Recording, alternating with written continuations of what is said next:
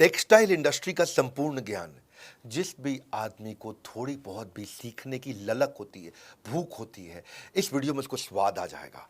ये वीडियो में ना मेरे को भी बड़ा मजा आया है एक्चुअली। हाँ, ये एमबीए कराने वालों को टेक्सटाइल इंडस्ट्री की वो फॉर्मूला फ्रेमवर्क दूंगा। ये आपने कहीं एक जगह पे वो 10 स्ट्रैटेजी इकट्ठी नहीं सुनी होगी। नमस्कार, विवेक बिंद्रा बोल रहा हूँ, फाउंडर एंड सीईओ बड़ा बिजनेस.com। बहुत दुखी रहते थे लोग टेक्सटाइल इंडस्ट्री को लेकर। बहुत लोगों ने बोला कमेंट बॉक्स में टेक्सटाइल पे वीडियो बनाओ, टेक्सटाइल पे वीडियो बनाओ। वापस आ चुका हूँ। आज टेक्सटाइल इंडस्ट्री की पूरी बात करूंगा।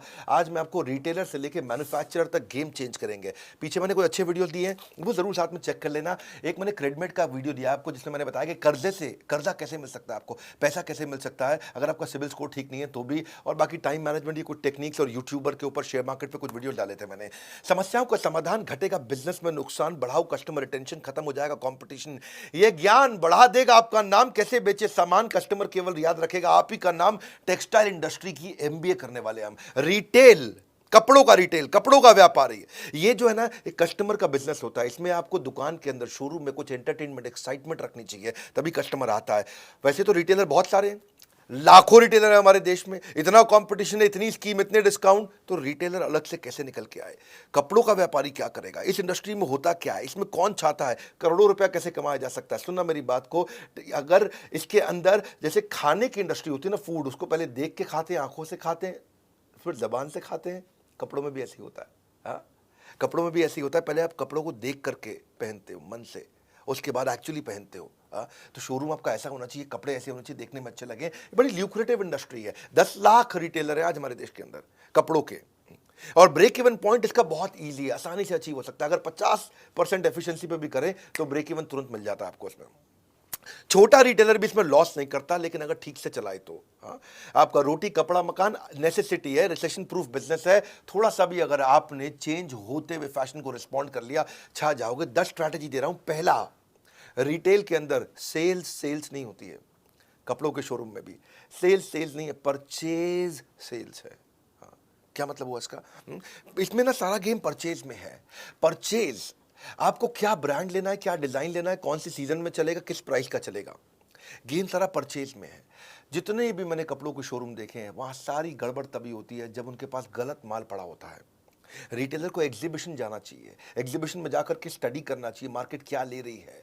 ऐसा नहीं कि आपको जो आकर के स्कीम दे गया है, जो आपको आके मिठाई का डब्बा देगा, भैया ये कपड़े ले लो हमारे, बहुत बढ़िया, ऐसे बहुत सारे एजेंट्स आएंगे बीच में, वहीं सारा गेम खराब होता है। परचेज सीख लो पहले क्या होता है, परचेज करते कैसे, फैशन और रेलेवेंसी के हिसाब से, पब्लिक डिमांड, ट्रेंड्स और रेलेवेंट स्टॉक के हिसाब से हमारे को लेना है।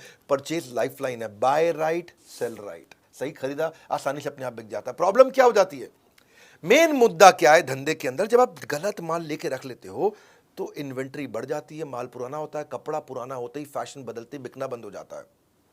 जब बिकना बंद हुआ तो गेम ओवर हो जाता है, क्योंकि रॉन्ग बाइक आपने, आपका अनस्टोल्ड स्टॉक मतलब आपका कैश फंस गया है। इतने दिन से कपड़े पड़े हुए हैं, मक्खी मार रहे हो आप, बिक नहीं रहे हैं, कैश आपका फंस गया है। ब्रांड जल्दी बिकते हैं, फटाफट बिकते हैं, स्कीम के चक्कर में मत आना। डेड स्टॉक हो रहा है तो तुरंत निकाल दो उसको। वाई एनालिसिस करो, मेरे साथ ऐसा क्यों हो रहा है, क्या मैं गलत डिज़ाइन ले रहा हूँ, क्या मैं महंगा या बहुत सस्ता ले रहा हूँ, क्या मेरा सेल्समैन ठीक नहीं है, या मैं डिस्प्ले अच्छे से नहीं कर पा रहा। बेसिकली यही 4 प्रॉब्लम होती हैं, डिज़ाइन की, प्राइस की, सेल्समैन की और डिस्प्ले की। ये 4 चीज़ें ध्यान रखनी अपने ज़रूरी है। बैड स्टॉक मत खरीदो, good stock, very good stock लेना। बैड स्टॉक मतलब जो बिकता नहीं, गुड स्टॉक मतलब जो बिक जाता है, डिमांड है, लेकिन वेरी गुड स्टॉक फट फट फट फट बिकता है। अब इसका मतलब क्या हुआ, 80-20 फॉर्मूला। फिर समझो, रिटेल के धंधे में आपकी सेल्स अच्छी नहीं करनी है, परचेज अच्छी करनी है। माल वही रखो, जो माल 80% बिकता है, हाँ, ये केवल 20% तरह का माल होता है जो 80% बिक जाता है, और वही वाला 20% तरह का माल, उसको 80% भर लो अपने पास में। 80% ऑफ दैट 20% जो आपको 80% ग्रोथ देगा। ये है मेन मुद्दा इसके अंदर। हाँ, इसको बोलते हैं एबीसी एनालिसिस या एफएसएन analysis, fast moving, slow moving, non moving. जो जल्दी बिकता है उससे शोरूम भर दो, जो धीरे बिकता है उसको केवल 15-20% रखो, और जो नहीं बिकता है उसको 2-5% से ज़्यादा कभी मत रखो। यही है मेन सारा का सारा गेम। परचेज जो है ना, माल को जमा करना। परचेज मतलब जमा, दुकान में सामान लाते हो, परचेज मतलब जमा, सेल्स मतलब मजा। हाँ, जमा मजा, जितना बढ़िया सेल्स करोगे उतना मजा आएगा आपको। लेकिन क्या है, आपका अगर जब जमा राइट है तो sales becomes easy and light. When the जमा इज राइट, यानी कि purchase is right, sales becomes easy and light. But when जमा इज रॉन्ग, गलत सामान ले आए, sales delays for very long. मुद्दा यही है। व्हेन जमा is right sales becomes easy and light, when जमा is wrong sales delays for very long. अगर आपने ईबीओ खोला है वहां तो आसान है, एक्सक्लूसिव ब्रांड आउटलेट बोलते हैं, मतलब एक कंपनी का शोरूम खोल लिया है, वहां तो आसान है, वहां तो कोई कंफ्यूजन ही नहीं है। जो बड़ा ब्रांड है वो खुद ही मर्चेंडाइज ढूंढने में आपको मदद करता है, वही आपको कौन सा माल लेना है, कितना माल लेना है, इस मार्केट में क्या चलेगा, मार्केट इंटेलिजेंस देता है, प्रोडक्ट मार्केट फिट आपको बना के दे देगा। हाँ, तो वहां पे आपके लिए, क्योंकि अगर अच्छी सेल हो रही है तो आपके ब्रांड पे भी इंपैक्ट करेगा, तो वो खुद ही कंपनी करके दे देती है। लेकिन अगर आपका ईबीओ नहीं है, मल्टी ब्रांड आउटलेट है, तो आपको परचेज समझदारी से करनी है। दूसरा, स्टॉक आउट इज पॉइजन। देखो, जो माल ज़्यादा बिकता है ना, वो अगर स्टॉक आउट मतलब क्या होता है कि भाई सामान खत्म हो गया है, बिकने वाला माल वो खत्म हो गया है। देखो, अगर कुछ स्टॉक फालतू रखा है ना, उसका जो नुकसान है आप कैलकुलेट कर सकते हो कि भाई मेरा 50,000 रुपये का माल फालतू पड़ा है, उस और वो बिक नहीं रहा, मतलब 50,000 रुपये फंसा हुआ है। लेकिन जो माल बिकता है वो नहीं है, तो कितने सारे कस्टमर वो ले जाते, जो लेके नहीं गए, वो आपको पता भी नहीं चलने वाला। तो जो स्टॉक आउट यानी कि माल ना होना, यानी कि जो बिकने वाला माल है वो ना होना, ये आपके धंधे के लिए जहर है। अगर आपके पास स्टॉक कम पड़ा है, अंडर स्टॉक है या गलत स्टॉक है, इसका कारण तो या तो लैक ऑफ फंड, आपके पास पैसे की कमी है, वर्किंग कैपिटल मैनेज नहीं करना आ रहा है, या माल अगर जल्दी बिक के खत्म हो गया है, इसका मतलब आपको पता ही नहीं कि पुअर डिमांड फोरकास्टिंग है, आपको आइडिया नहीं है आपके पास क्या बिकता है। या फिर खत्म हो गया, इसलिए खत्म हो गया क्योंकि पीछे से आपको सही सप्लायर नहीं है, वो सप्लायर डिले कर रहा है इसलिए, या आपको इन्वेंट्री ऑटोमेशन नहीं आता। आप बात को समझे कि डिमांड होते हुए भी माल को ना बेच पाना, ये बहुत बड़ा ब्लंडर है। हाँ, कस्टमर भी चला जाएगा, आपकी इमेज भी चली जाएगी और दूसरे के पास चला जाएगा। तो आप क्या करिए, परेटो प्रिंसिपल जो मैंने बताया था, जो 20% माल 80% बिकता है, उस माल का हर महीने फ्रेश बाइंग करते रहो, शोरूम नया लगेगा। आप फ्रेश बाइंग हर महीने करते रहो, शोरूम नया लगेगा। आपको वर्किंग कैपिटल मैनेज करनी आनी चाहिए, आपको ट्रेंड और फैशन पकड़ में आने चाहिए। आप या तो ईबीओ खोल लो, दो पाए, या तो एक्सक्लूसिव ब्रांड आउटलेट खोल लो। भाई जिस कंपनी, वो कंपनी खुद ही बता देगी क्या बिकता है क्या नहीं बिकता, उसके पास ईआरपीज हैं, सॉफ्टवेयर हैं, बता देगा। और आप ईबीओ नहीं खोलना चाहते, अपना ही एमबीओ चलाना चाहते हो, तो फिर ईआरपी खुद लगा लो। रेडी सोल्यूशन आजकल ईआरपी के बहुत सारे आ रहे हैं, वो लगा लो, काम हो जाएगा। तीसरी स्ट्रैटेजी पे ध्यान देना, लोकेशन जो है ना, इसमें बड़ा गेम चेंजर है। आपके शोरूम का, आपके स्टोर का, आपकी कंपनी का लोकेशन कहाँ पे है, फिजिकल लोकेशन से बात बनती है। भैया अगर लोकेशन कमजोर है, कस्टमर ही नहीं आ रहा, तो बेकार है। आपका जो प्राइमरी कस्टमर है ना, जो 60 से 80% कस्टमर वैसा होता है जो माल खरीदता है। सेकेंडरी मतलब 15% कस्टमर ही कभी कभी लेता है। टर्शरी मतलब वो कस्टमर जो माल खरीदता ही नहीं है। इसका कैलकुलेशन करना सीख लो, ये कैसे मिलते हैं, इसके कुछ तरीके होते हैं, ये मिलते कैसे हैं, क्या फैक्टर होते हैं। आप जहां दुकान खोल रहे हो वहां कस्टमर आपके काम के रहते कितने हैं, वो पढ़े लिखे कितने हैं, यहां पे चलने वाले पैदल ग्राहक कितने घूमते हैं, इनकी उम्र क्या है, जो प्रोडक्ट आप बेच रहे हो वो उस उम्र के लोगों को देना है कि नहीं देना है, किस प्रोफेशन के लोग रहते हैं आसपास। कुछ इलाके होते हैं जहाँ व्यापारी ज़्यादा रहते हैं, कुछ इलाके होते हैं जहाँ अपार्टमेंट होती हैं, सोसाइटीज होती हैं, हाई राइज टावर, वहाँ नौकरी करने वाले ज़्यादा होते हैं। इनकम ग्रुप कैसा है, लाइफस्टाइल कैसा है, धर्म क्या है उनका, प्राइवेट व्हीकल उनके पास है कि नहीं है, उनकी उनकी स्पेंड करने की क्षमता कितनी है। आसपास जहाँ आपने शोरूम खोला है वहाँ कोई मेट्रो जाती है क्या, वहाँ कोई बस जाती है, ऑटो आता है, पब्लिक ट्रांसपोर्ट है वहाँ पे। ये चीज़ों को देखो तब आपको समझ में आएगा यार, यहाँ लोकेशन ठीक है, यहाँ माल अपने को शोरूम खोल देना चाहिए। चौथी स्ट्रैटेजी बड़ी कमाल का गणित दूंगा इसमें मैं, ये रियल कंटेंट है भाई साहब। हाँ, brand gives you better inventory turnover. क्या मतलब हुआ बेटर इन्वेंट्री टर्नओवर? मतलब बेटर आरओआई। इसका मतलब समझो, केस स्टडी से समझाता हूं। मोबाइल के दो ब्रांड लेते हैं, जियोनी और शाओमी। जो दुकानदार है ना, उसको शाओमी केवल 4% मार्जिन देता है, जियोनी 12% मार्जिन देता है। लेकिन फिर भी कौन, मतलब कमाई किस में जा रहा है, जियोनी में कि शाओमी में? जियोनी में। जियोनी 12% दे रहा है। हाँ, यानी कि आपने 1 लाख रुपए का मोबाइल बेचा जियोनी का, तो आपको 12,000 रुपये कमा लोगे। शाओमी का 1 लाख रुपए का मोबाइल बेचा तो केवल 4,000 रुपये कमाओगे। तो आदमी कहे भाई जियोनी ज़्यादा रख लो, लेकिन वो शाओमी रखता है ज़्यादा। पूछो क्यों? क्योंकि समझो यहाँ पे दो आपके बड़े अच्छे से खाने बने हुए हैं जहां आपने मोबाइल रखे हुए हैं, है कि नहीं, रैक अंग्रेजी में बोलते हैं। यहां 1 लाख रुपए का जियोनी पड़ा है, यहां 1 लाख रुपए का शाओमी पड़ा है। जियोनी 1 लाख रुपए का पूरे महीने में एक ही बार बिकेगा, यानी कि एक महीने में 1 लाख रुपए का आपने जियोनी बेच लिया, तो आपको उस पर कितना बच गया? 12% के हिसाब से 12,000 रुपये बच गया। लेकिन शाओमी इतनी तेज बिकता है, इतना ज़्यादा बिकता है, इतना ज़्यादा बिकता है कि ये 1 लाख रुपए का माल बिक गया, फिर आपने खरीदा, फिर बिक गया, फिर आपने खरीदा, फिर बिक गया, फिर आपने खरीदा। आपने फंसाया तो 1 ही लाख है, लेकिन ये 10 बार बिक गया। इधर 1 लाख का माल 1 बार बिका, शाओमी का 1 लाख का माल 10 बार बिक गया। शाओमी दे तो रहा था 4%, लेकिन उस 1 लाख पे आपने 4% 10 बार कमा लिया। यानी कि आपने यहाँ 40,000 रुपये कमाया और यहाँ आपने 1 लाख पे केवल 12% देखने में अच्छा था, पर ये एक ही बार बिका तो आपने 12,000 कमाया। तो इस 1 लाख पे अपने महीने में 12,000 रुपये कमाया, इस 1 लाख पे महीने में आपने 40,000 रुपये कमाया, क्योंकि माल 1 ही लाख का रखा था, बिक रहा है, आ रहा है, बिक रहा है, जा रहा है। आप तो 1 ही लाख का माल फंसाते हो ना, अपना पैसा तो 1 ही लाख फंसाया दोनों जगह पे आपने, पर ये कम बार बिका जियोनी, तो यानी कि एक बार बिकने पे आपको 12,000 कमा के दिया, 10 बार 1 लाख का माल बिकने के कारण आपको 40,000 रुपये कमा के दिया। इसको बोलते हैं आरओआई। इसका मतलब क्या भैया? मतलब ये है कि अगर आप अच्छा ब्रांड रखोगे तो वो आपका ब्रांड बना देगा, और लोकल आइटम रखोगे तो आपको भी जिंदगी भर लोकल बनाए रखेगा। माल वो रखो जो अपने आप बिकता हो, मार्जिन थोड़ा मात्रा कम भी हो तो भी चल जाता है, आप आरओआई बहुत अच्छी कमा लेते हो, बहुत बढ़िया कर लेते हो। इसमें ना आप, मैं साधारण भाषा में समझाना पसंद करता हूँ। ये जोनी शाओमी के आइडिया से आपको समझ में आ गया होगा। कपड़ों में मामले में भी ना, कोई लोकल लल्लू लाल कपड़ा मत रखो, ठीक ब्रांड का कपड़ा रखोगे। हाँ, लल्लू लाल हो सकता है आपको 50% मार्जिन दे दे, ब्रांड आपको 30% मार्जिन दे, पर आप ब्रांड में ज़्यादा कमा जाओगे, जल्दी जल्दी बिकता है। हाँ, स्टॉक बहुत तेज घूमता है। और ये अगर फंसा रह गया ना आपका, जियोनी फंसा रह गया, तो जियोनी 3G था, टेक्नोलॉजी 4G आ गई, मोबाइल बेकार हो गया भाई। उसका रैम कम था और नया रैम आ गया, ज्यादा रैम वाले मोबाइल आ गए, टेक्नोलॉजी बेकार हो गई, मोबाइल बेकार हो गया। पड़े पड़े मोबाइल पुराना बेकार हो जाएगा, आपकी जिंदगी बेकार हो जाएगा। आपका भाई क्या हो गया, क्या करूं, फंस गया मैं, मक्खी मार रहा हूं उसके बैठ के। एक और फॉर्मूला समझो आप, इसको बोलते हैं stock rotation formula. Stock rotation formula क्या है, इसे समझ में आ जाएगी आपको बात। अगर आप बिल्कुल पढ़े लिखे नहीं हो ना, तो भी ये फॉर्मूला समझ में आ जाएगा आपको। हाँ, मैथमेटिक्स तो छोड़ो, अगर आपने खाली 10वीं छोड़ो, 8वीं छोड़ो, 5वीं तक पढ़ाई करिए, इतना ईजी कर दूंगा। सेल्स अपॉन स्टॉक का मतलब क्या है? आपने सेल्स करी 2 करोड़ की और माल आपने 1 करोड़ का खरीदा, यानी कि साल के एंड में आपके पास 1 करोड़ का माल बचा, लेकिन साल के एंड तक आपने सेल 2 करोड़ की कर दी। कैसे करी होगी? ऐसी करी ना कि भाई माल गया आया, तो आपने माल आपने 2 बार मंगा लिया। तो आपका जो फंसा था 1 ही करोड़ फंसा था, लेकिन माल आपने 2 बार बेच दिया।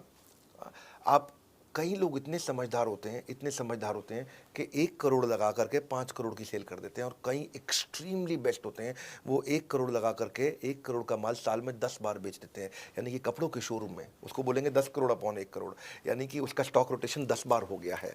आप समझो, जो इसको ऐसे समझो भाई, कुछ दुकानदार पुराना माल पड़ा है, वो थान में लिपटा हुआ है, उस पर दाग पड़ जाते हैं, जीन्स रखते हैं।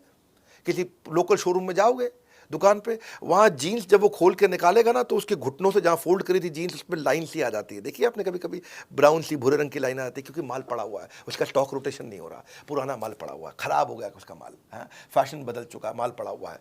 वही चक्कर है। आपने अगर 1 करोड़ का माल 10 बार बेच दिया तो आपका स्टॉक रोटेशन 10 है।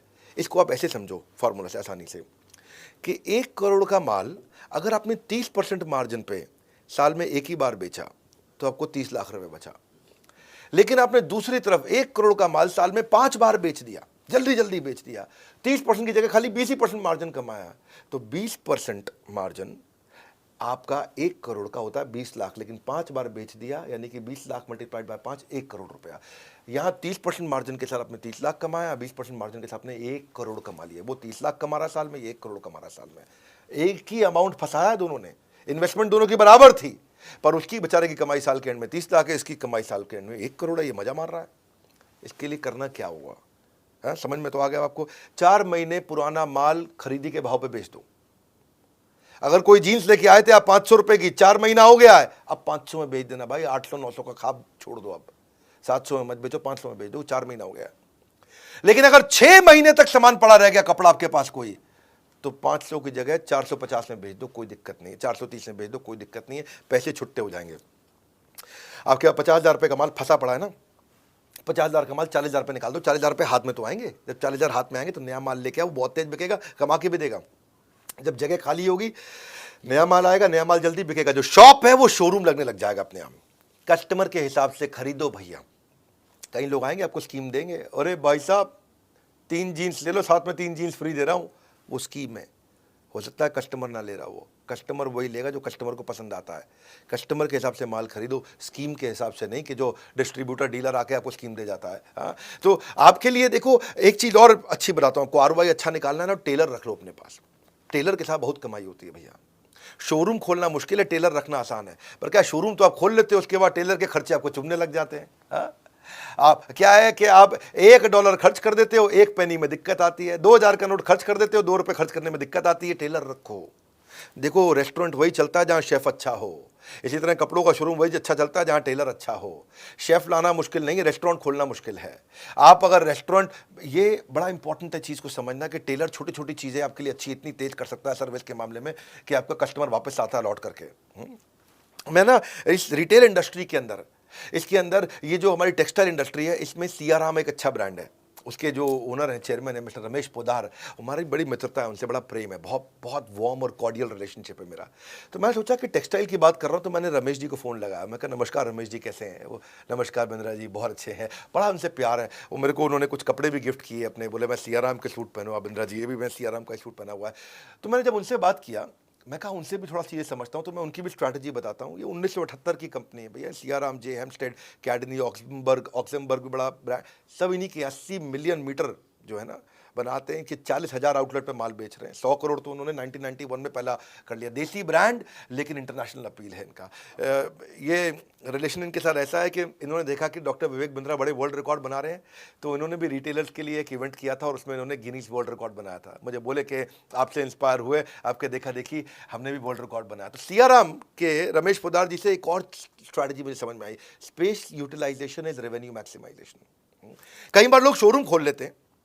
अब एक भाई थे हैदराबाद के, और उनका जो शोरूम था, उनका जो स्टोर था, वो 6,000 स्क्वायर फीट का था। 3,000 स्क्वायर फीट ग्राउंड फ्लोर पे, 3,000 स्क्वायर फीट फर्स्ट फ्लोर पे। तो ग्राउंड फ्लोर पे उन्होंने बना रखा शोरूम, बहुत बढ़िया, चकाचक, लाइट, बहुत सुंदर, मतलब अंदर घुसो तो देख के बड़ा हो मजा आ जाता। और ऊपर उन्होंने बना दिया गोडाउन। तो रमेश भाई वहां गए, उनसे मिले, उन्हीं का रिटेलर था। तो रमेश भाई बोले, अब सियाराम के चेयरमैन है तो सामने वाला बात सुनता भी है उनकी। बोले यार तुम गलती कर रहे हो, प्राइम लोकेशन पे, हैदराबाद की सबसे महंगी रोड पे तुम्हारा ये शोरूम है, और फर्स्ट फ्लोर को तुमने बना रखा है गोडाउन। गोडाउन सस्ती जमीन पे बनाओ, तो ग्राउंड फ्लोर पे भी शोरूम कर दो, फर्स्ट फ्लोर पे भी शोरूम कर दो, स्पेस को यूटिलाइज करो।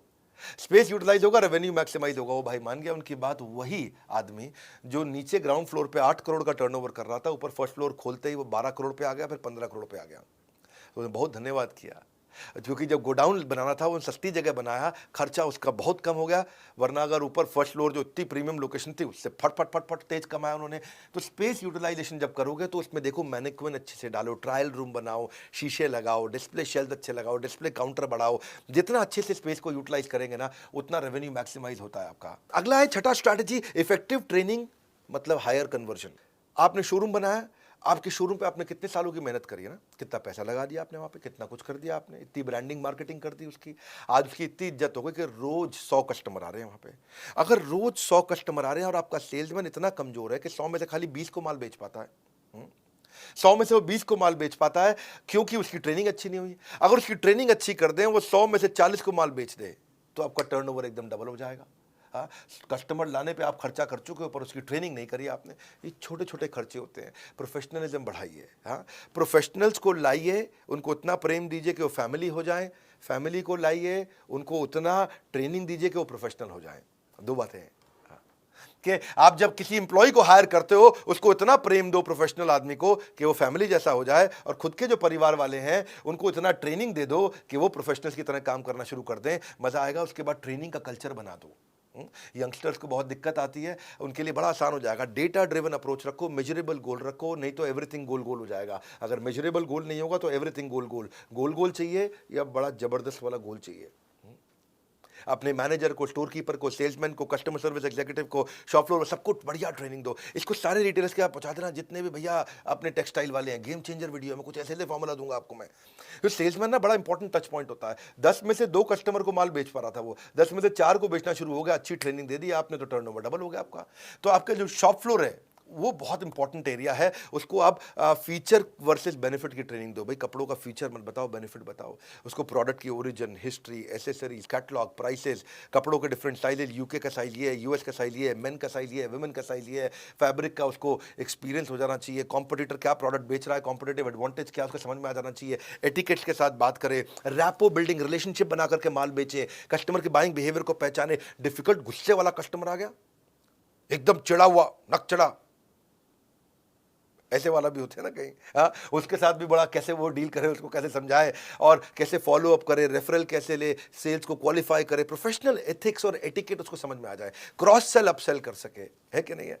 क्रॉस सेल अपसेल क्या होता है कि वो अगर कोट खरीदने आया तो अंदर के लिए शर्ट भी बेच दी साथ में, हाँ, अगर वो ट्राउजर लेने आया है तो ट्राउजर के साथ में आपने सॉक्स भी बेच दिए उसको, आपने अगर वो स्कर्ट लेने आई है तो अपने साथ में टॉप भी बेच दिया उसको, हाँ, तो इसको क्रॉस सेलिंग। अप सेलिंग क्या है, अगर वो 2000 वाला ले रहा है तो उसको 2000 की जगह 3000 वाला माल बेच दिया, एस्पिरेशनल सेलिंग कर दिया। कस्टमर का मन कैसे मोह ले ताकि सेल्स अपने आप ही हो ले, हाँ, कस्टमर का मन कैसे मोह ले, सेल्स अपने आप ही हो ले, इससे आपका आरओआई निकल के आएगा, गेम चेंजर है। सातवीं strategy, keep an I on KPI.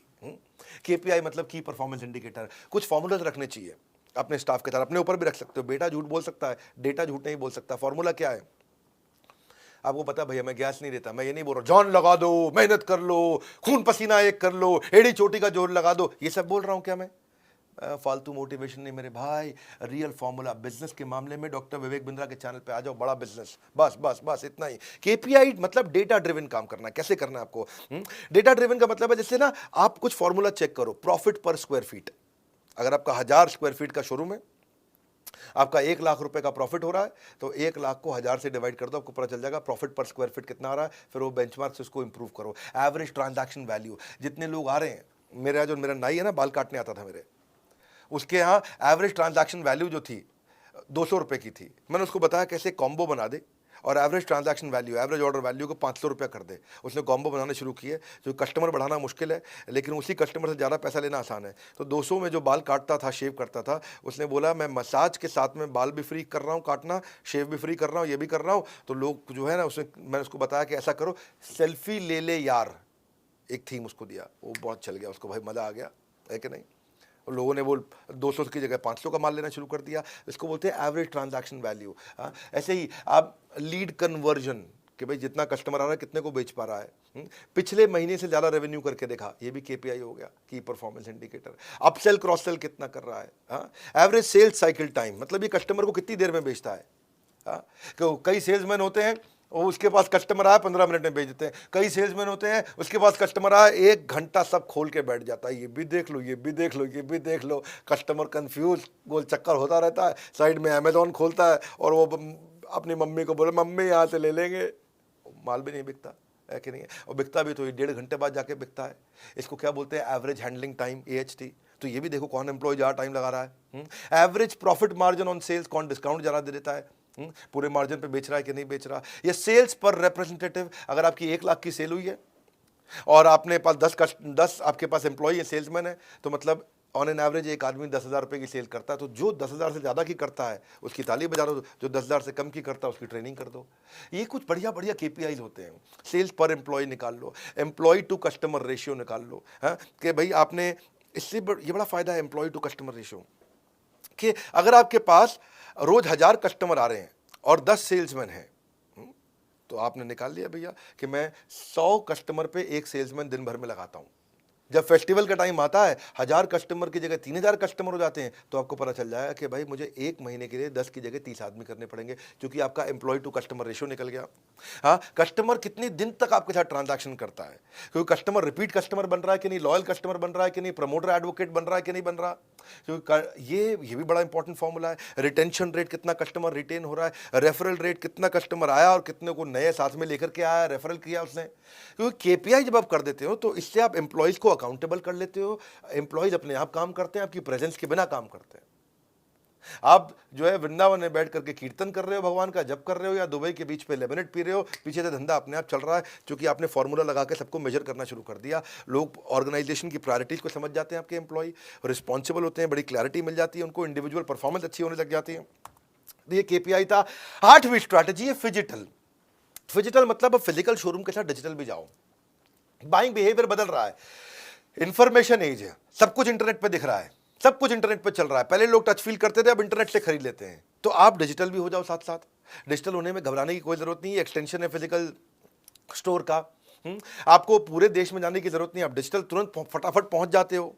आप होम डिलीवरी दे सकते हो, सर्विस का एक्सटेंशन है वो।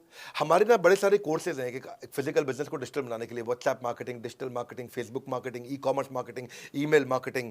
बस आपने ये सब सीख लिया, व्हाट्सएप मार्केटिंग आपने सीख लिया, तो आप कस्टमर को प्रोडक्ट भी भेज दोगे, उसको प्राइस भी बता दोगे, उससे परचेज भी करा लोगे, उससे पेमेंट भी करा लोगे और अपना प्रॉफिट भी कमा लोगे।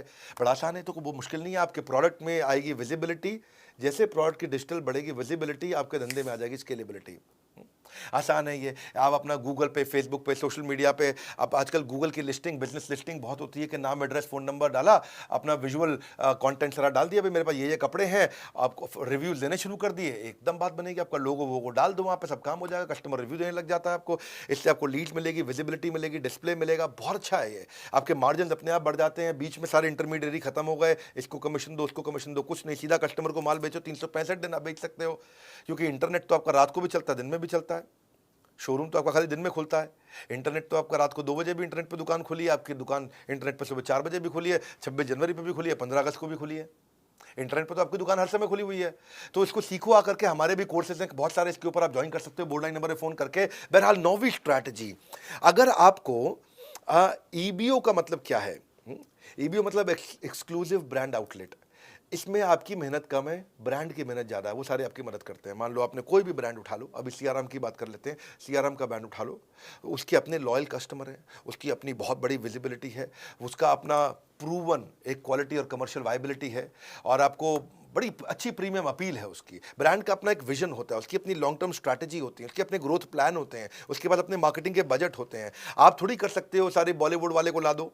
हमने अगर सीआरएम का एग्जांपल लिया तो उन्होंने आजकल दीपिका पादुकोण के हस्बैंड को अपना ब्रांड एम्बेसडर बना रखा है, और अब वो आएगा अपना आकर के, वो तो पता ही आपको रंगीन कपड़े पहनता है। तो अब आप तो नहीं, आप दीपिका पादुकोण को या उसके हस्बैंड को ला सकते हो आसानी से, कोई आप तो दुकानदार हो। तो ईबीओ भी आप ट्राई कर सकते हो, ईबीओ बड़ा अच्छा ऑप्शन है। और रणवीर सिंह नाम है उसका, मैं नाम भूल जाता हूँ, मैं बॉलीवुड कम देखता हूँ। तो वो जो है, आप उसको, आप आपको तो खर्चा नहीं करना है, ब्रांड अपने आप खर्चा करता है, ब्रांड का आपको सपोर्ट मिल जाता है, ब्रांड आपको प्रॉपर्टी सिलेक्शन करा देगा, आपको रेंट नेगोशिएट करा देगा लैंडलॉर्ड से। आप अगर अच्छा ब्रांड होगा, बहुत सारे ब्रांड्स हैं, लुई फिलिप, फलाना डिकाना, बहुत सारे हैं। आप उसमें से अगर मान लो हमने अभी सीआरएम की बात करी, तो आपको स्टोर भी डिजाइन करा के देंगे, स्टोर लेआउट भी कर देंगे आपका। सैकड़ों शोरूम हो चुके हैं आप सीआरएम के, और अब उनका आइडिया ये है कि अगले 1 साल के अंदर 1000 नए शोरूम खोलने वाले हैं। इनके अपने फ्रेंचाइजीज खोलते हैं ना ये, तो प्रोडक्ट की ट्रेनिंग देंगे आपको, ऑपरेशंस की हेल्प कर देंगे, फ्लो ट्रेनिंग दे देंगे, बिलिंग का सॉफ्टवेयर दे देंगे, आपको वॉक इन कैसे बढ़ाओगे, आपको लेआउट, साइनेज, हर एक चीज रेडी करके देता है। तो ईबीओ में आपकी टेंशन खत्म है, कोई नया आदमी भी चालू कर सकता है। 10वीं स्ट्रैटेजी क्या है? EBO means easy expansion. अगर आपका एमबीओ है, मल्टीपल ब्रांड आउटलेट है, तो पुरानी गल्ला चला आ रहा है। दादाजी बैठते थे, दादाजी के पिताजी बैठते थे, अभी आपके पिता बैठते हैं, अभी आप खुद बैठते हैं, अपने बच्चों के लिए क्या करें?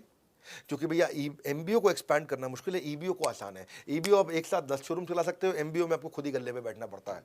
तो इंसान अपने बच्चों के लिए जगह बनाता है, तो एमबीओ उसका बड़ा अच्छा एग्जाम्पल है। फ्यूचर बच्चों का आप सिक्योर कर सकते हो, क्योंकि टेक्सटाइल के जो पुराने खिलाड़ी हैं वो भी, और जो बिल्कुल नए हैं वो भी अपने बच्चों को, सूखा सूखा बिजनेस होता है ईबीओ का, एकदम सूखा सूखा बिजनेस।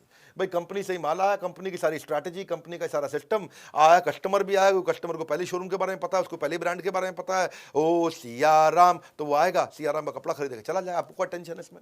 हाँ, कईयों के पास जो कमर्शियल जगह होती है, मॉल में, कहीं पर डिस्ट्रिक्ट सेंटर में, कहीं पे, कुछ लोग हैं जिनके पास काम है पर जगह नहीं है, तो वो जगह लेके काम कर ले, और कुछ हैं जिनके पास जगह है पर कोई काम नहीं है, तो उनके लिए भी अच्छा कि भाई, क्योंकि ईबीओ करना आसान है, आपको ट्रेड का आदमी होने की जरूरत नहीं है, कोई भी आदमी कर सकता है। देखो, आपको ना ईबीओ में बिना बिजनेस के बैकग्राउंड के भी आप कर सकते हो। आप मैकडोनल्ड्स का या किसी भी खाने का, किसी का भी आप फ्रेंचाइजी की तरह ईबीओ चला सकते हो उसका। हाँ, आपको राइट फार्मूला दे देते हैं सक्सेस का। आपको अगर सीआरएम वालों से बात करना, तो उनसे भी बात करके देखो, मेरे को क्योंकि उनका बड़ा अच्छा लगा, मैंने खुद जा करके देखा उनका। बहरहाल ये बहुत सारे आज आपको फॉर्मूलाज मैंने दिया, आपको बहुत सारे फ्रेमवर्क दिए, आपको मैंने ये एमबीए कराई मैंने आपको टेक्सटाइल इंडस्ट्री में। आप इस वीडियो को दोबारा देखना, क्योंकि लंबा वीडियो है, इसमें बहुत काम की चीज़ें, नोट्स बनाए कि नहीं बनाए। और अगर आप डिस्ट्रीब्यूटर हो, तो आप मैन्युफैक्चरर हो, रिटेलर को आप भेजो वीडियो, होलसेलर को वीडियो भेजो, ये कोई भी फ्रेंचाइजी उस वीडियो को भेजो, सबको आगे बढ़ाना जरूरी है, इसलिए शेयर करना भी बहुत जरूरी है। बहुत काम का वीडियो है। और अगर आप भी बिजनेस में ग्रो करना चाहते हो, ऐसी सारी स्ट्रैटेजी सीखना चाहते हो, अपने ब्रांड को बहुत बड़ा करना चाहते हो, मेरा मोस्ट सॉट आफ्टर कंटेंट आ चुका, लीडरशिप फनल। ये वो कंटेंट है जहां कोई गैस नहीं है, ये थोड़ा प्रीमियम है, इसमें खाली 300 सीट होती है। एक हम 5 स्टार, 6 स्टार, 7 स्टार होटल में करते हैं इसको, एयरपोर्ट के पास करते हैं, जहां पे हम लोग बहुत केवल 300 सीट, राइट सीधा क्वेश्चन आंसर वहीं पे टक टक टक टक टक टक, रियल कंटेंट। आपका पहले ट्रेनिंग नीड एनालिसिस कर लेते हैं, आपका पहले ही मैं पूरा कच्चा चिट्ठा पढ़ लेता हूँ, क्योंकि आपसे हम फॉर्म भरवा लेते हैं पहले, आपके बिजनेस को समझ के आता हूँ, आपके क्वेश्चंस को रेडी करके आता हूँ मैं पहले से ही। आपको real life example, case study देते हैं, एग्जीक्यूटिबल स्ट्रैटेजी देते हैं, और एक गेम चेंजिंग कोचिंग डायरी देते हैं। ये प्रीमियम कोचिंग डायरी ये कहीं नहीं मिलती है, ये केवल उस प्रोग्राम में मिलती है। हाँ, वीकली असाइनमेंट रहते हैं, उसके बाद कोच आपको वीकली असाइनमेंट फोन कर करके कराएगा, असाइनमेंट करो भाई साहब, आप नहीं करोगे दूसरे नंबर से करेगा फोन। असाइनमेंट क्यों नहीं किया आपने अभी तक? तो हैंड होल्डिंग सपोर्ट है, leadership funnel game changer programme है, लोग कस्में खाते हैं इसकी, इसलिए अभी तुरंत अगला बैच आ गया है, आप फटाफट पता कर लो, सीट खत्म ना हो जाए। लीडरशिप फनल में आपको लाइफ टाइम मेंबरशिप भी हम फ्री दे रहे हैं, और इस वीडियो को सारे रिटेलर्स तक पहुंचाओ। पता नहीं फ्री कंटेंट से किसकी कितनी मदद हो जाए, बड़े गेम चेंजिंग इसमें स्ट्रैटेजीज है। हमारे साथ जुड़े रहने के लिए, इस वीडियो को शेयर करने के लिए, लीडरशिप फनल के लिए फोन करके पता लगाने के लिए आप सबका हृदय की गहराई से प्रेम पूर्वक बहुत बहुत